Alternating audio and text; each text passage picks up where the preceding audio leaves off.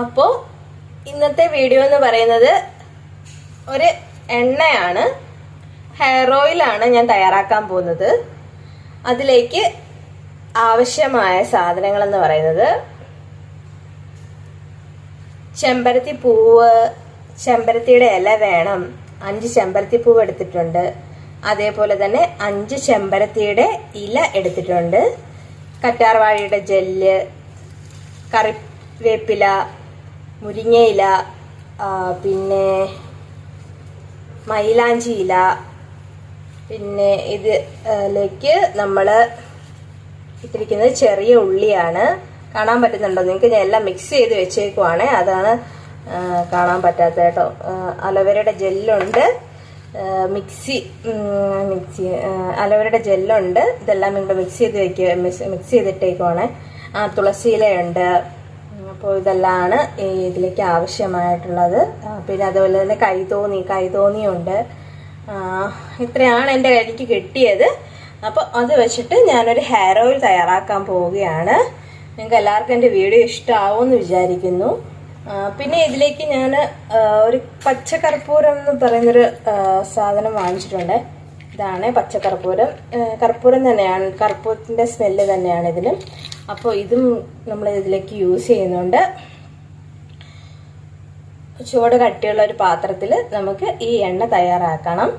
അതിൽ മുന്നോടിയായിട്ട് നമുക്ക് ഈ ഇലകളെല്ലാം അരച്ചെടുത്തിട്ട് നിങ്ങളെ ഞാൻ വീഡിയോ കാണിക്കുന്നതായിരിക്കും. അരച്ചെടുത്തിട്ടുണ്ട്. അപ്പോൾ ഇതാണ് അരച്ച വീഡിയോ. അപ്പോൾ നമുക്ക് അരച്ചെടുത്തതിന് ശേഷമുള്ള വീഡിയോ. അപ്പോൾ ചുവട് കട്ടിയുള്ള ഒരു പാത്രത്തിലേക്ക് എണ്ണ ഒഴിച്ച് ഇതിനെ മിക്സ് ചെയ്യണം. വെളിച്ചെണ്ണ ഒഴിച്ചു കൊടുത്തിട്ടുണ്ട്. അപ്പോൾ ഇതിലേക്ക് നമുക്ക് ആഡ് ചെയ്ത് കൊടുക്കാം അരച്ചു വെച്ചിരിക്കുന്ന ഐറ്റംസ്. നല്ലപോലെ ഇളക്കി യോജിപ്പിക്കണം.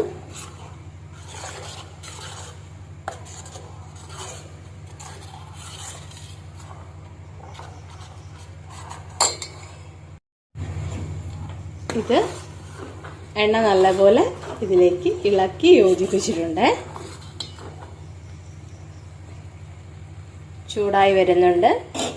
അപ്പോൾ ഇതിലേക്ക് നമുക്ക് പച്ചക്കർപ്പൂരം ചേർത്ത് കൊടുക്കണം. ഇതാണ് പച്ചക്കർപ്പൂരം എന്ന് പറയുന്നത്. പച്ചക്കർപ്പൂരം നമ്മുടെ തലയിലെ താരൻ അകറ്റാൻ സഹായിക്കുന്നു. അതാണ് ഇത് ചേർത്ത് കൊടുക്കുന്നത്. ചെറിയ ലോ ഫ്ലെയിമിൽ ഇട്ട് ഇതിനെ നല്ലപോലെ മൂപ്പിച്ച് എടുക്കുക. ചെറുതായിട്ട് മണം വന്ന് തുടങ്ങിയിട്ടുണ്ട്. 30 to 40 മിനിറ്റ് ഇതിന് ചെറിയ തീയിൽ നമുക്ക് തയ്യാറാക്കാൻ ആവശ്യമായ സമയമാണ് ഞാൻ പറയുന്നത്. 30 to 40 മിനിറ്റ്സ് ആവശ്യമായിട്ട് വരും. തിളയ്ക്കുന്നുണ്ട്. ഇടയ്ക്കിടയ്ക്ക് അടിയിൽ പറ്റി പിടിക്കാതിരിക്കാനായിട്ട് ഇളക്കി കൊടുക്കുകയും വേണം.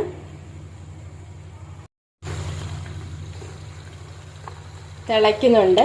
നല്ല ലോ ഫ്ലെയിമിലാണ് ഇട്ടേക്കുന്നത്. കളറ് ചെറുതായിട്ട് മാറി വരുന്നുണ്ട്.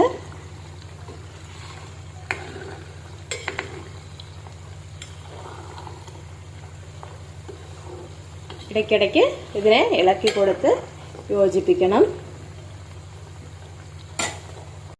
ഏകദേശം തയ്യാറായി കഴിഞ്ഞു. അപ്പോൾ ഇതാണ് നമ്മുടെ എണ്ണ. അപ്പോൾ നമുക്കിതൊരു ചെറിയ കുപ്പിയിലേക്ക് മാറ്റിയിട്ട് ഞാൻ നിങ്ങളെ വീഡിയോ കാണിക്കുന്നതായിരിക്കും.